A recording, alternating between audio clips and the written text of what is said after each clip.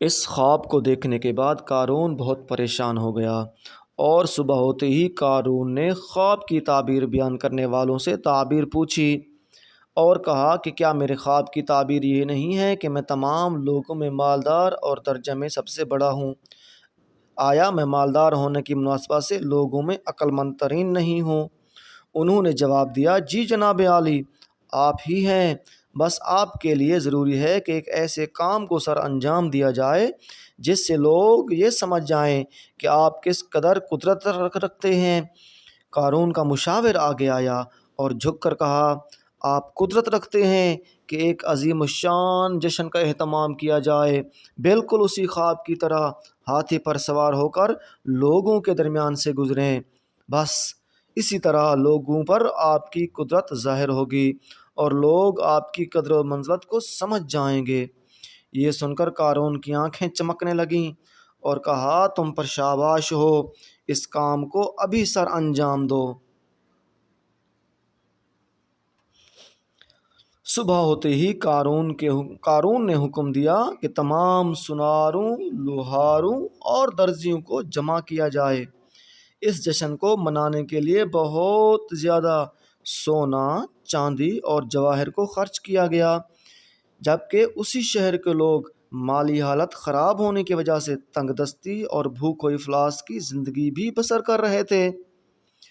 کچھ دن گزرے کہ تمام نوکر چاکر، درزی، لوہار، سنار وغیرہ دن رات قارون کے لیے ہی کام کرنے لگے تاکہ ہر کام کو قارون کے حکم کے مطابق اسی طرح انجام دیں، سب چیزیں اسی کے لیے اسی طرح بنائیں۔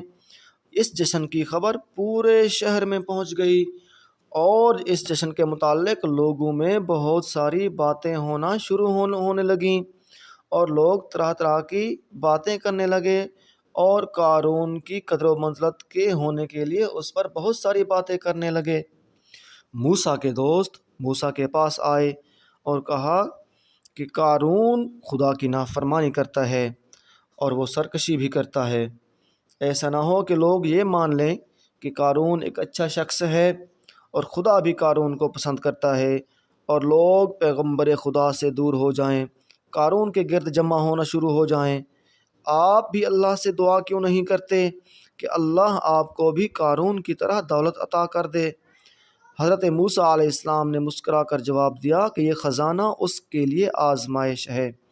اگر یہ دولت اللہ کی راہ میں خرچ کرے گا تو اللہ کی فرمان برداری بھی کرے گا اور اللہ کا فرما بردار ہوگا، اور اگر فضول خرچی کرے گا، اسراف کرے گا، ضائع کرے گا تو وہ اس کو سزا ملے گی۔ قارون کی دولت کی طرح میں دعا نہیں کروں گا، بلکہ جتنی مجھے ضرورت ہے میں دعا کروں گا کہ اللہ مجھے اتنی عطا کرے۔ یہ دولت تو صرف آزمائش کے لیے ہوتی ہے، دنیا کی دولت کسی کام کی نہیں، لوگوں اس سے بچ کر رہو۔ قارون تو اللہ کا نافرمان ہے اور وہ چاہتا ہے کہ اللہ کی نافرمانی کرے۔ پس جشن کا دن آن پہنچا۔ میز پر خوش لذت پھل اور رنگا رنگ شربت نظر آنے لگے۔ قارون ہاتھی پر سوار ہو کر لوگوں کے درمیان سے گزرا اور نوکر چاکر ہیرے اور جواہرات سے بھرے صندوق لے کر ساتھ ساتھ چل رہے تھے۔ لوگوں نے قارون کی قدرت کو دیکھ کر کہا، واہ، قارون کتنا خوش قسمت ہے، کاش ہم بھی اس کی جگہ پر ہوتے۔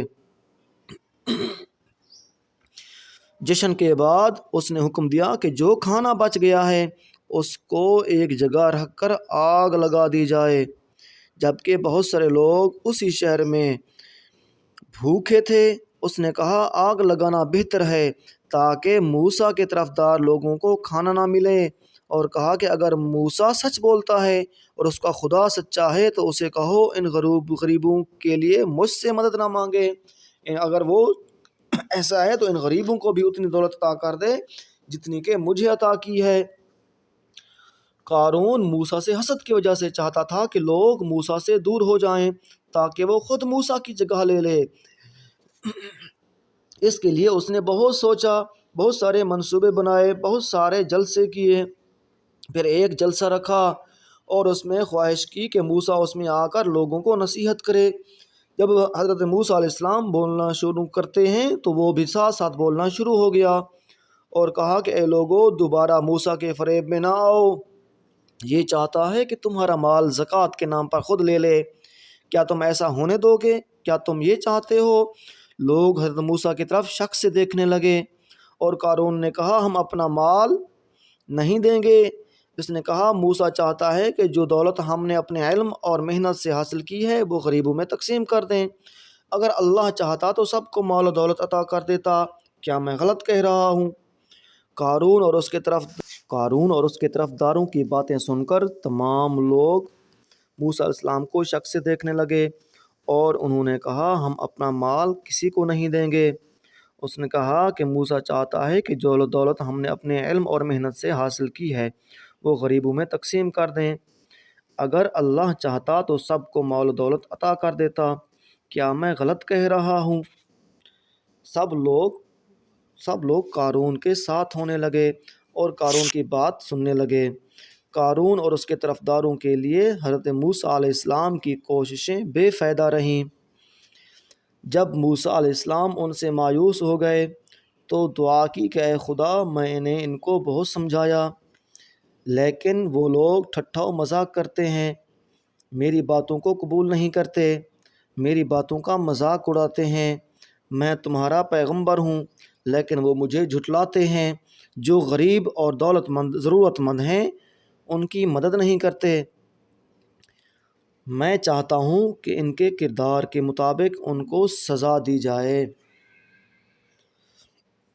بس اسی دن صبح کے وقت قارون اور اس کے طرفداروں کی پاؤں کے نیچے سے زمین لرزنے لگی جیسا کہ زلزلہ آیا ہو اور زمین ان کو اپنے اندر کھینچنے لگی۔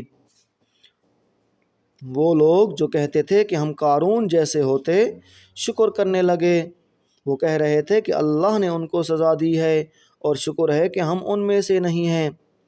سب لوگ بھاگ کر حضرت موسیٰ علیہ السلام کے پاس آئے اور آ کر حضرت موسیٰ علیہ السلام کو تمام واقعہ کا ذکر کیا کہ کس طرح قارون اور اس کے طرفداروں کے نیچے سے زمین سرک گئی ہے اور ان کا تمام خزانہ اور محلات سب کچھ زمین میں دھنس گیا ہے اور ان کا کچھ بھی باقی نہیں رہا، اللہ نے ان کو سزا دی ہے اور پھر ہمیں شکر ہے کہ ہم قارون کی باتوں میں نہیں آئے۔ تو حضرت موسیٰ علیہ السلام نے کہا کہ جو لوگ اللہ کی نافرمانی کرتے ہیں ان کا انجام ایسا ہوتا ہے، یہ تو اللہ کی سزا کی یہ ایک جھلک ہے، اسے دیکھو اور عبرت حاصل کرو، اللہ کی فرما برداری کرو اور اللہ کی نافرمانی سے بچو۔